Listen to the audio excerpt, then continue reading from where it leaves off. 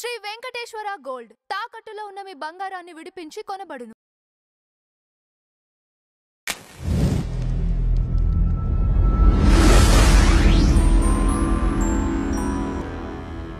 ఓం నమో వెంకటేశాయ.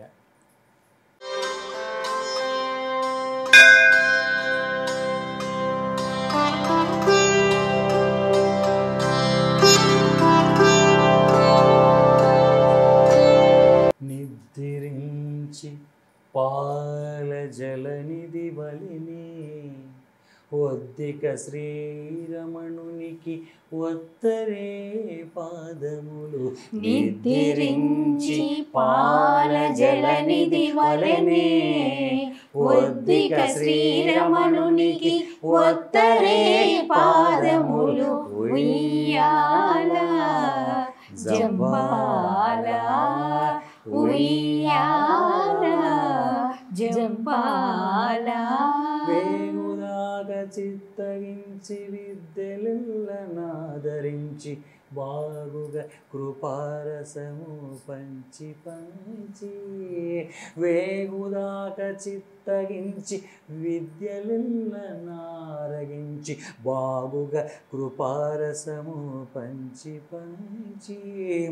ఏ గతి పవళించెనో ఎట్ల భోగించెనో, ఏ గతి పవళించెనో ఎట్ల భోగించెనో యోగీంద్ర వరదుని నోచరే ఉయ్యాల. ఉయ్యాల జంబాల ఉయ్యాల జంబాల. వాళ్ళు కన్నుల రెప్పల వడదాకి తను తావి చాలుకున్న నూర్పుకలు చల్లి చల్లి. నీలవర్ణపు గుణము నెరపుచునొకయింత, నీలవర్ణపు గుణము నెరపుచునొకనింత. కాలము కన్నుల దప్పి కపరేదో మతెర. ఉయ్యాల జంబాల ఉయ్యాల జంబాల. సరగుణ యోగ నిద్ర చాలించి లోకమెల్ల కరుణించదలచి వెంకటగిరిపై. సరగుణ యోగ నిద్ర చాలించి లోకమెల్ల కరుణించదలచి వెంకటగిరిపై.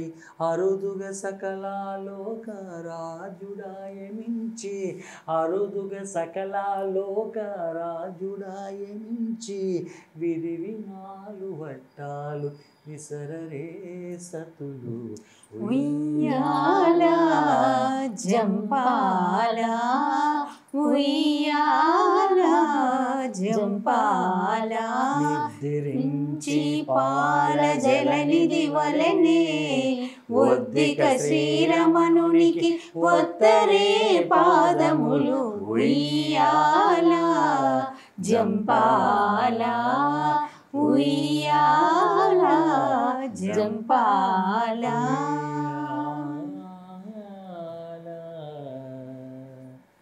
జంపాల. ఓం నమో వెంకటేశాయ.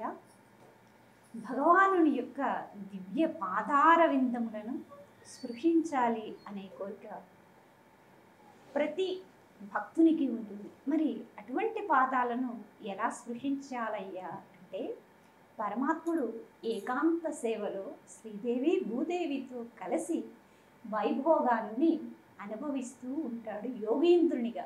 అనగా సమస్తాన్ని చూస్తూ కూడా తాను పరమేశ్వర నామంతో లయం చెంది నిరంతరం యోగి స్థితిలో ఉంటాడు. మరి అటువంటి యోగి స్థితిలో ఉండే పరమాత్మను అమ్మలు పక్కన ఉండి సేవిస్తూ ఉండగా మనము కూడా అమ్మలతో కలిసి శ్రీవారి పాదపద్మములను మనసారా సేవించడం, అనగా స్వామికి పాదసేవ చేయడం చెయ్యాలి అంటున్నారు. ఎందుకు పాదసేవ చేయాలి శ్రీవారికి అనగా, నిరంతరం అనగా ఉదయం నుంచి రాత్రి వరకు భక్తులు చేసే వివిధ రకాల సేవలని అలాగే విన్నపాలని విని అలసిపోయింటాడు స్వామి. కాబట్టి నేను భగవానుని యొక్క పాదార విందములను నా చేతులతో స్పృశించి స్వామి యొక్క సేదను తగ్గిస్తాను, సేద తీరుస్తాను స్వామికి అని మనసారా మన చిన్న పిల్లలు ఎలా అయితే కష్టపడిపోయేవరా